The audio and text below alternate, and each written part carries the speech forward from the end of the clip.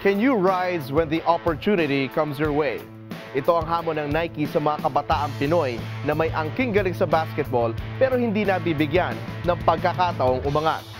Ako si James Velasquez sa Sports 5 at samahan niyo akong alamin kung ano ang oportunidad na hatid sa atin ng Nike sa Rise.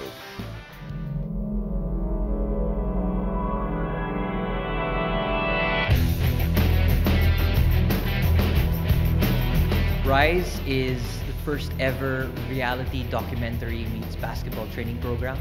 With Rise, we want to discover and train Filipino youths who are not involved in any formal basketball programs right now and take them to the next level, inspire them, and really achieve their true basketball potential. Aside from being the head coach for the entire project, I was part of the team that not only put the program together, but even selection of venue, selection of the players, the tryouts. And on our end, on TV5, we're very much involved in the media part of the project. I've been fortunate enough to be given this opportunity to be part of Nike Rise because I really believe in it, and I really think it's an awesome project. With the Rise program, these kids are given an opportunity that they may not necessarily have had without this program, and they're going to be exposed to really elite training with what Nike provides for them, and at the same time the coaches who will be involved in the program, and really have them training like a pro. I'd like to invite every basketball crazy kid out there in the Philippines to come and try out for Rise. We're very excited. We want to find you. Ang ganda ng pagkakataon na hatid ng Nike sa Rise para sa mga kabataang Pinoy. Sino-sino kaya ang mga mapalad na mapipili nila Coach Chot? Abangan ang mga exclusive updates na ihahatid namin sa inyo dito lang sa TV5. Para sa mga gusto sumali, just log on to www.nike.com/rise.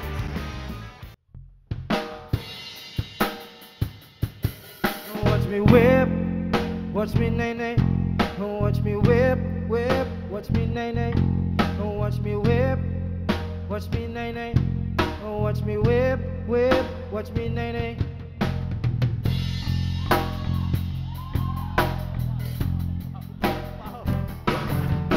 Well, that escalated rather quickly. Yes, sir. Well, congratulations to, of course, a while ago to Coach Chot and to Jimmy. At syempre, maabangan niyo po lahat ng mga bagong balita sa larangan ng Nike Rise here on Sports 360. We'll be giving you that as well. So that will be a very exciting feature that we will all be looking forward to. At this point, ang isang inaabangan natin, walang iba, syempre, ang paboritong segment ng marami. Tanong mo kung tunay! Itanong mo kung tunay nga. Itanong mo kung tunay nga. Naku, syempre, hindi magtatapos ang ating Sports 360 kapag wala ang tanong mo kung tunay. At syempre, uumpisa natin yan sa katanungan mula kay Troy Rosario. Para kay Troy Rosario, what is your favorite PBA and NBA team and who is your favorite PBA and NBA player? Favorite PBA team? Sige na, wag na mahiya. Talk and Text. Yan! How about NBA? NBA, Dallas. Kung player naman, both PBA and Player, NBA. yun nga sabi ko kanina, dalawa eh. Mark Pingris and Ranidel. Sa NBA, LaMarcus Aldridge. O yan, syempre we're all looking forward na makita ka maglaro soon sa PBA. At eto naman, ang isa pang katanungan para naman kay Jessie and Pam. Mula kay Karen Pascual. Sino ang pinakabaliw sa inyong tatlo? Kasama ka doon! Siya. Bakit? Yan, bakit? Anong mga kabaliwan ang ginagawa niya? Lahat. Okay. Anong sample ng pinaka-latest na kabaliwan na dinemonstrate niya? Yung sumayaw kami. Okay. Pero ikaw naman, baliw na baliw ako, Carmela. Yun ang pag-ibig ko sa'yo. Hindi ikaw baliw. Pero baliw lang sila tatlo kasi Baliw lahat sila. kami Okay, next question. Ito naman, mula kay Cams Arsenas. What are your plans after your UAAP career? Siyempre, Jessie and Ate Pam. Yung plans ko, syempre, maging architect. And kung masingit yung modeling. And syempre, kung ano. Pakita mo yung legs mo. Model. Sample! Ito, okay. Rumampa ka dito. Rampa! Split lang kasi. Pose lang, pose. Baby, yung gano'n mo. Pa-baby pose, yan. Parang masakit yung chan ni pose mo, gano'n. Yun, yung masakit na lang Tapos yun, tapos volleyball. Syempre, di mawawala. Si Pam.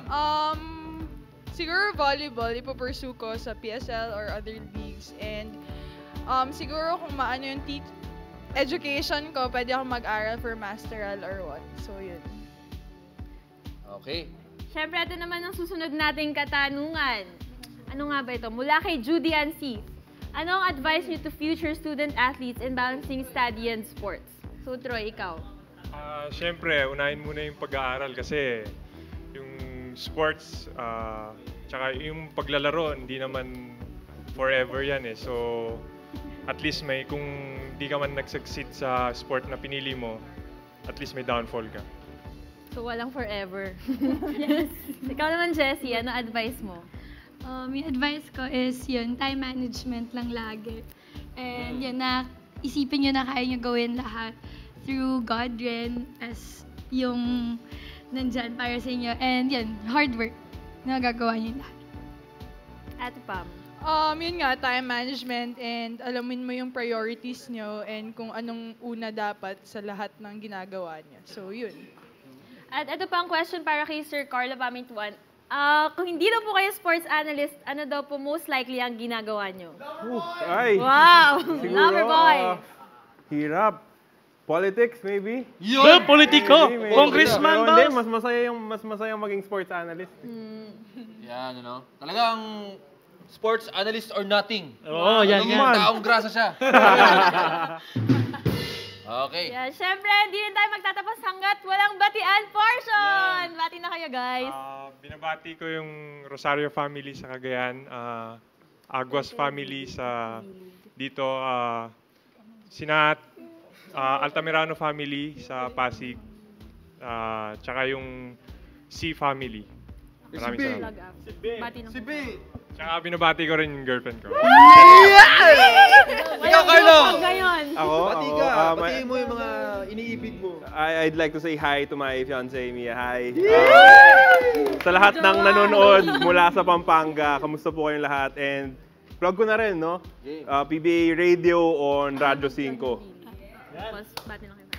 And, Pam! I'd like to say hi to my family in Cagayan de Oro, sa mom ko and dad, and sa UST, WVT, and sa Photon teammates ko. Hello! Hi kay Neta, and yun. Yes.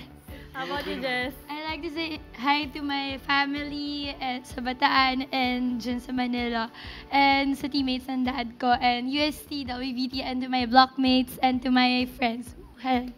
Okay, yun lang ba babatiin nyo? Plug na rin namin na manood sila lahat ng upcoming V-League that will start on Saturday. Yes. Siyempre, opening game kami, UST against Ateneo Lady Eagles.